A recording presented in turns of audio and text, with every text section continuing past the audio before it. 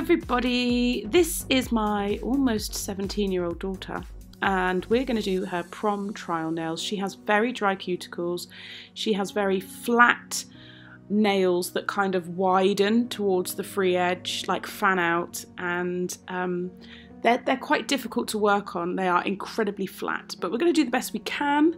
It's been a long time since I've done her nails and I just find her nail shape tricky to work on. But hey ho. So she wanted a kind of baby boomer with shimmer and glitter and some added bling. So I'm going in with a thin layer of Glitterbels glass slippers just to kind of build myself that structure.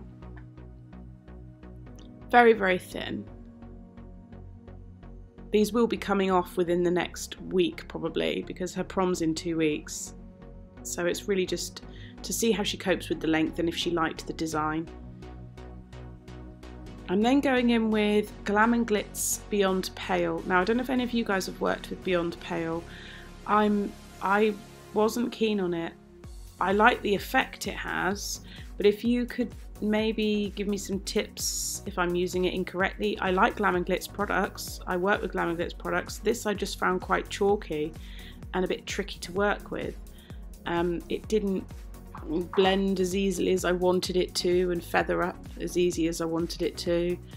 So I'm then going in with Pink Opal Shimmer from Glitterbels, placing it before the cuticle and blending it down.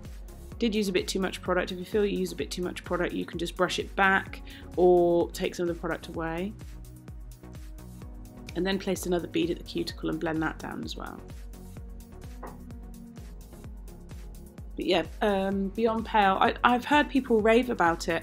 I don't know if it just needs to be worked with a little bit differently to other Glam and Glitz products, but I just found it a little bit chalky and a little bit awkward to work with, but that could be my techniques. It's the first time I've used that powder.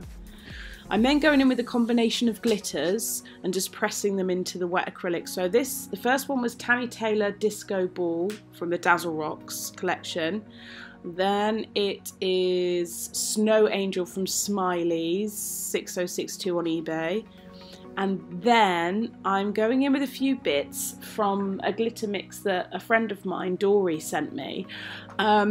She used them with makeup and some of them are not suitable to be used in acrylic. So the blue ones, anything, because they're just not solvent resistant. But the holographic silver pieces are, so that's awesome. I'm going to go in now on the next nail and basically do the same thing. I really struggled with form fitting and building the shape because of the strange shape of her nails. So if any of you again have had a client with kind of awkward fingers to work on and you've done videos, send me the links. I want to have a look because I always stress when I do her nails. But I wanted to share it because in reality everyone that comes into a salon doesn't have a beautifully formed silicone hand ready and waiting. They have problems with their nail beds, problem with their nail shape, problem with their cuticle area. So again, I'm just going in with Beyond Pale from the free edge, blending it back up, and again I was finding it awkward. We got there, it was just a little bit awkward. I tried brushing it back initially and I found that because you work quite wet with Glam and Glitz, it moved too much of the product. So then I just pushed it up and sort of pushed it forward and that worked a bit better. I'm going to go in and pinch that now because it's ready to try and slim down those side walls. Try and pull them in because her nails do fan quite a bit. Going in with Pink Opal Shimmer from Glitterbels, so easy to work with, love it, in love. I'm just taking the top of that bead down. I then realised I probably should have taken the Beyond Pale further up the nail, but it doesn't really matter because there's going to be glitter going through that anyway. I'm just tidying up the blend because I wasn't happy with it. She is the most fidgety client ever as well. She just sits there and chats non-stop, one hand on her phone, looking over her shoulder, moving backwards and forwards, and I'm like, keep your hand still. Do you know what I mean? You know what I mean. Everyone has people like that. So I'm blending that bead down, and then I'm not worried about the shadowing or anything like that because I'm coming in with glitters, so it's all cool and it's going to be capped. I'm just going to pick up a really wet bead and just go into some of those different pieces. Again, the 3 that I've mentioned before. So the bit I've put on now, that was that glitter mix from my friend. This is the ring finger, yes it is, and this is a solid glitter nail, so I'm just going to lay a clear bed down for strength and structure. I've got to say, I don't like these forms that I bought. They were cheap, you get what you pay for. I really want to get the Glitter Planet forms. These are a pain in the backside, they're just not very nice. And they're not even, which I didn't realise. So it's really hard to line them up. They're just not very good. They're cheaply made, but it's okay. You get what you pay for. I don't sculpt that often, so.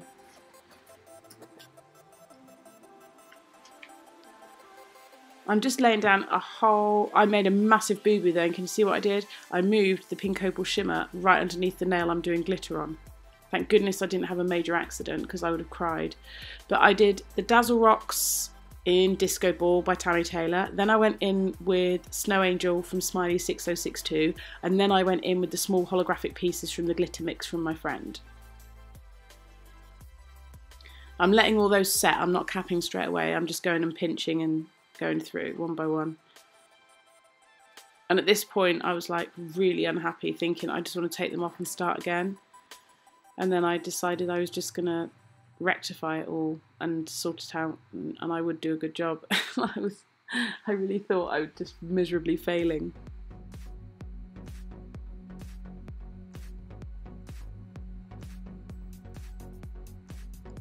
So sorry, yawning. I'm doing exactly the same on here with the Beyond Pale. Placing a bead and starting to feather it up the nail.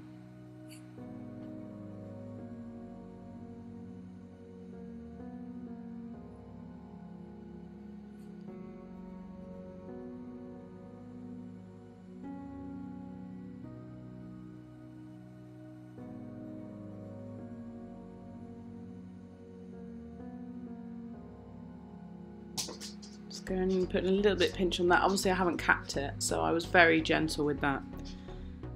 Then going in with pink opal shimmer over the top of the Beyond Pale. I did add a massive bead, so I took some off because it was like way too much. I'm used to doing my nails a lot longer, so I'm like, it's weird doing short nails.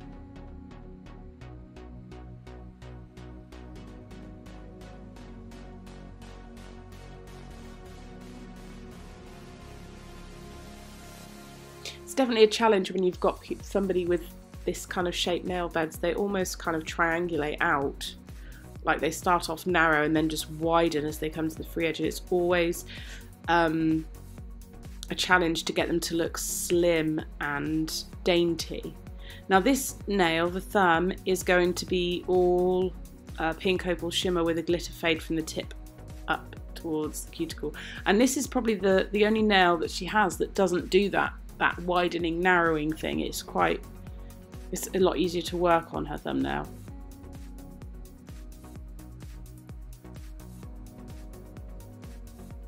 So I'm just literally laying a very thin layer down there because I'm going to have 3 different types of glitter and it's going to be capped.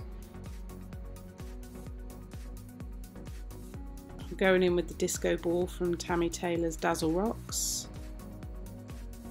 And these are tiny pieces that are kind of silver and iridescent. It's really pretty. It is like Disco Ball. And then going to go in with the Smiley 6062 Snow Angel mix. I think this reminds me of Reflex from Glitter Planet UK. So if you're looking for something similar and you always shop at Glitter Planet UK, then I would use Reflex, I would have thought. I know she'll have something similar, and I do have a discount code, so I'll put that in the description box below. Might as well save some pennies. So now I'm capping, just going in with a nice bead of glass slippers, nice and wet, get it in all around that glitter. Just kind of walk it down the nail gently, let it do its thing.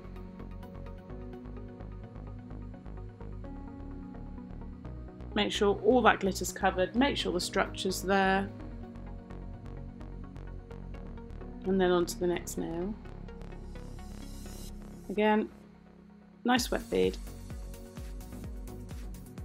If you see, I just touch my nail across the, I touch my brush across the nail as well to make sure it's moist enough to, oh I hate that word, to make sure it's damp enough to adhere to the fresh acrylic coming down without any dust or shading or shadowing, because I've had before kind of shadowing like white areas, which was really annoying.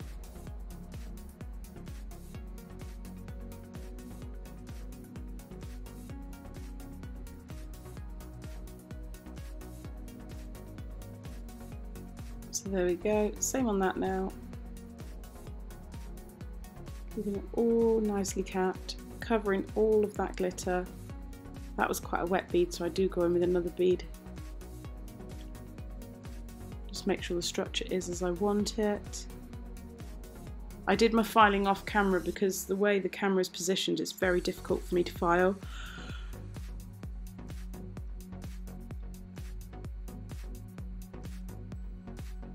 And then onto the little tiny pinky finger, little teeny witchy finger, so tiny. Just like me, she's got tiny hands.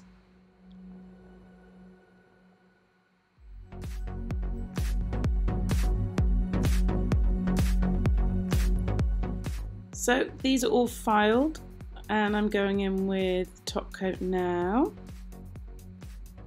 And then we're going to do a little bit of 3D work on that glitter nail. Now the reason these are quite plain and not too colourful is because she has got a very bright red dress, so she wanted kind of baby boomer type sparkly nails. But they had to be sparkly, they had to be sparkly. Apart from the fact that it would probably bring me out an allergic reaction if I did a set of nails without glitter in them. There's the thumb there, that glitter fade. So it goes in the lamp for 60 seconds, and then once it's cooled down I take off the tacky layer, and then I'm just going in with Beyond Pale again. And I found it different to work with doing 3D as well. I mean, I did this same 3D pattern on my nails with Cabana from Glam and Glits, and it was a lot easier than it was with Beyond Pale. I think maybe it's because it is a lighter colour, so maybe it's more pigmented, which makes it a bit sticky and a bit, I don't know, or whether it's that I need to learn to use that particular colour differently. It is generally, you get to know your product the more you use it, and I haven't worked with this one before, so it was a bit of a learning curve.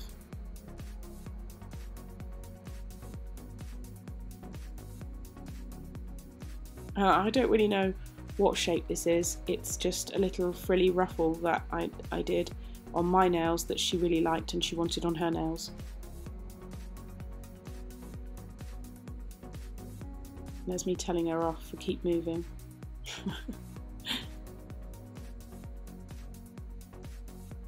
It didn't help that halfway through my son was like squirting her in the back with a water gun.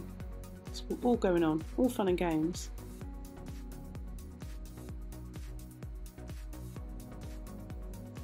So I'm just trying to create a little bit of texture in there, give it that roughly layered look, and then go in with another bead, smaller bead this time.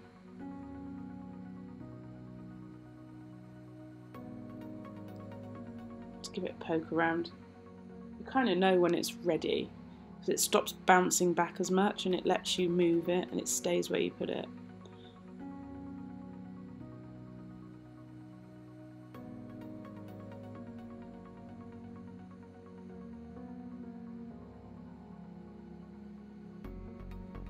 And I know I need to get a new 3D brush.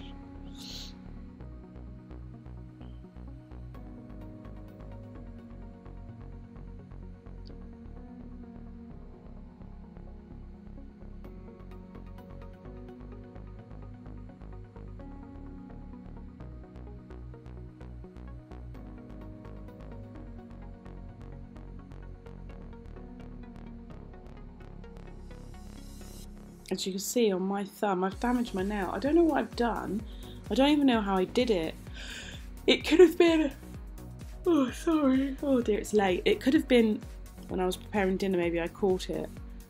Or it could have been when I was helping the garden, I don't know.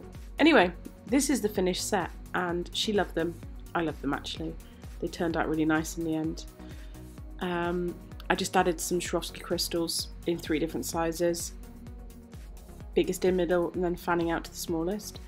And that is that. Hope you enjoyed it, and I will see you in my next video. Bye!